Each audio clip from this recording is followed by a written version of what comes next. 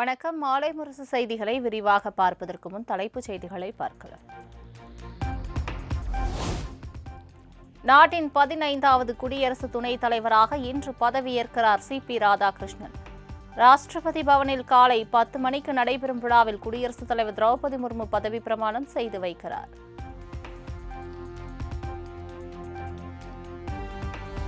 திமுக ஆட்சிக்கு வந்த பிறகு கையெழுத்தான தொழில் முதலீடு புரிந்துணர்வில் 77% ஒப்பந்தங்களை செயல்பாட்டுக்கு வந்துள்ளன. தமிழ்நாடு இதுவரை இல்லாத தொழில் வளர்ச்சி கண்டுள்ளதாக ஓசூரில் நடைபெற்ற தொழில் முதலீட்டு மாநாட்டில் முதலமைச்சர் மு க ஸ்டாலின் பேச்சு.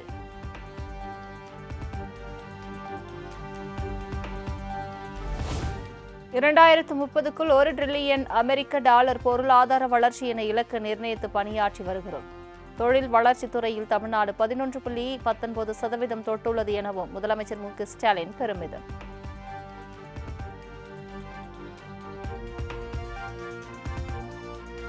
அதிமுக மக்களுக்கான கட்சி, ஆனால் திமுக என்பது கருணாநிதியின் குடும்பத்திற்கான கட்சி.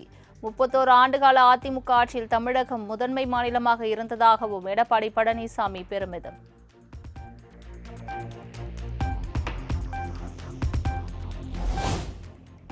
திமுகவுக்கும் அதன் கூட்டணி கட்சிகளுக்கும் கொள்கைகளே கிடையாது. கூட்டணியில் உள்ள கட்சிகளை மு க ஸ்டாலின் கொஞ்சம் கொஞ்சமாக கரைத்துக் கொண்டிருப்பதாகவும் எடப்பாடி பழனிசாமி விமர்சனம்.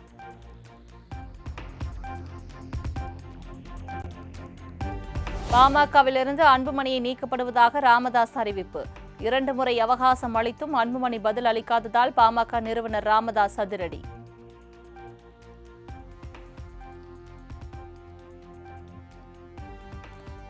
பாமகவிலிருந்து அன்புமணியை நீக்கி ராமதாசுக்கு அதிகாரமில்லை. நிறுவனர் என்ற பெயரில் ராமதாசுக்கு நிர்வாக ரீதியில் முடிவெடுக்க முடியாது எனவும் வழக்கறிஞர் பாலு பேட்டி.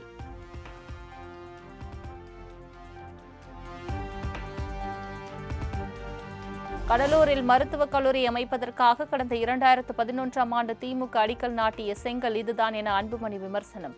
இதுவரை இங்கு மருத்துவக் கல்லூரி அமைக்கப்படவில்லை என குற்றச்சாட்டு.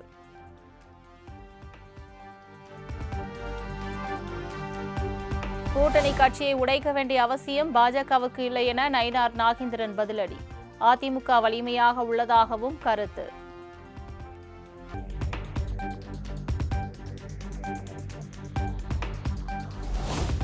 இபிஎஸ் தொடர்பாக துணை முதலமைச்சர் உதயநிதி ஸ்டாலின் கூறியதற்கு டிடிவி தினகரன் வரவேற்பு. இபிஎஸ் அதிமுக பொதுச் செயலாளராக இருக்கும் வரை அதிமுக ஆட்சிக்கு வராது எனவும் டிடிவி தினகரன் விமர்சனம்.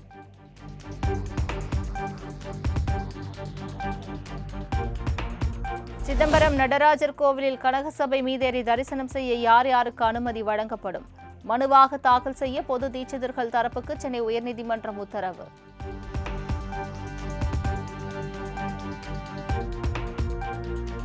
தமிழ்நாடு அரசு சார்பில் வரும் நாளை நடைபெறும் இளையராஜா பொன்விழா ஆண்டு பாராட்டு விழா. நடிகர் ரஜினிகாந்தை நேரில் சந்தித்து அழைப்பு விடுத்தார் அமைச்சர் மு பே சாமிநாதன்.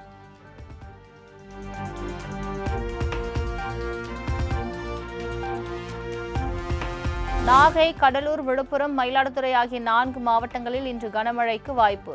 வரும் 17ஆம் தேதி வரை தமிழகத்தின் ஒரு சில இடங்களில் மிதமான மழை பெய்யும் என்றும் சென்னை வானிலை ஆய்வு மையம் தகவல்.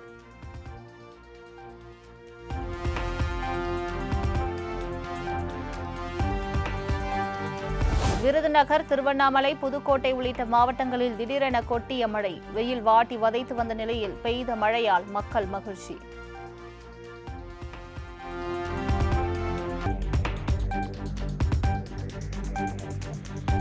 மிதமான மழை மற்றும் விளக்கொலியில் ரம்மியமாக காட்சியளித்த தஞ்சை பெரிய கோவில். மழைநீரில் கண்ணாடி பிம்பம் போன்று காட்சியளித்த கோபுரம். செல்ஃபி எடுத்து மகிழ்ந்த பக்தர்கள்.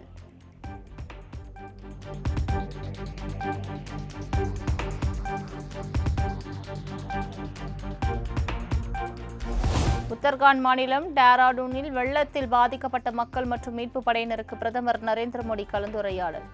இயற்கை பேரிடரால் உயிரிழந்தோருக்கு தலா 2 லட்சம் மற்றும் படுகாயமடைந்தவருக்கு 50,000 வழங்கப்படும் என்றும் அறிவிப்பு.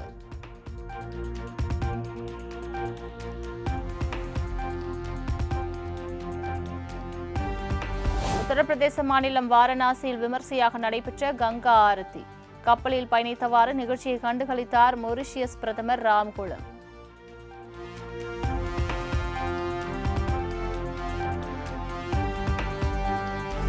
டீசலுடன் எத்தனாலை கலக்கும் திட்டம் தோல்வியடைந்தால் ஐசோபியூட்டனால் பயன்பாட்டிற்கு கொண்டு வரப்படும். மத்திய சாலை போக்குவரத்து துறை அமைச்சர் நிதின் கட்கரி திட்டவட்டம்.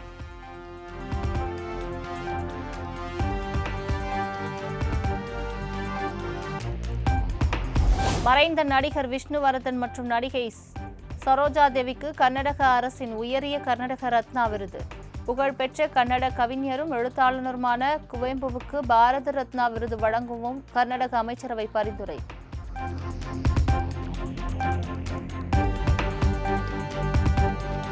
செப்டம்பர் 15ஆம் தேதி முதல் காப்பீடு மற்றும் பங்குச்சந்தை முதலீடுகளுக்கான UPI பரிவர்த்தனை வரம்பு 10 லட்சம் வரை உயர்வு. நகை வாங்குவதற்கான உச்சவரம்பு 1 லட்சத்திலிருந்து 6 லட்சமாக அதிகரிப்பு.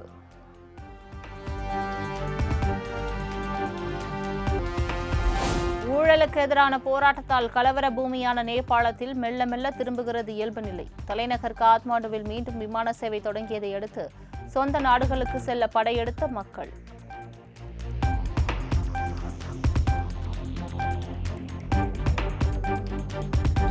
நேபாள சிறைகளிலிருந்து 15,000 கைதிகள் தப்பியோட்டம். கைதிகளை உடனடியாக தேடிப்பிடிக்கும் நடவடிக்கை தீவிரப்படுத்தப்பட்டுள்ளதாக நேபாள அரசின் சிறைத்துறை தகவல்.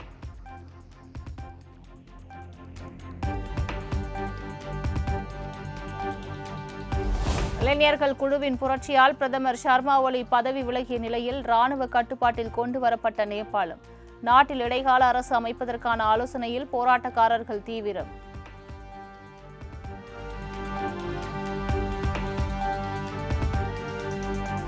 கத்தார் தலைநகர் தோஹாவில் இஸ்ரேல் நடத்திய தாக்குதலில் பாதுகாப்பு படை வீரர் உட்பட 6 பேர் பலி. நட்பு நாடுகளுடன் இணைந்து இஸ்ரேலுக்கு தக்க பதிலடி கொடுக்கப்படும் என கத்தார் பிரதமர் அல்தானி திட்டவட்டம்.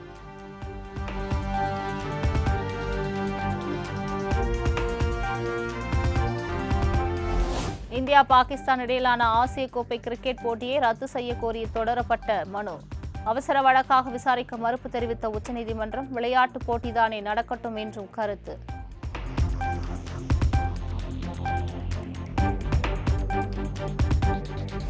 அபுதாபி ஆசிய கோப்பை கிரிக்கெட் போட்டியின் 3வது லீக் ஆட்டத்தில் ஹாங்காங் அணியை வீழ்த்தியது வங்கதேசம். வெற்றி இலக்கான 144 ரன்களை 7 விக்கெட் வித்தியாசத்தில் எட்டி அசத்தல்.